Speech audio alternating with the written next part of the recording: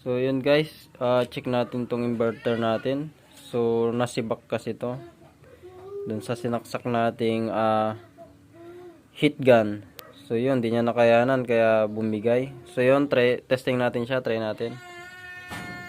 So yan, idikit mo lang. Wala siyang meron siyang input ng DC kaso wala siyang AC. So yun. So ngayon magpapalit tayo ng MOSFET ito. Dalawa.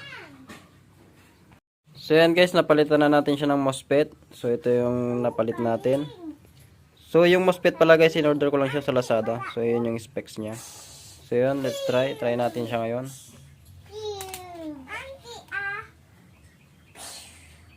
So yun guys, okay na siya. Meron na siyang output. 227 volts. Yan. So yun, okay na siya.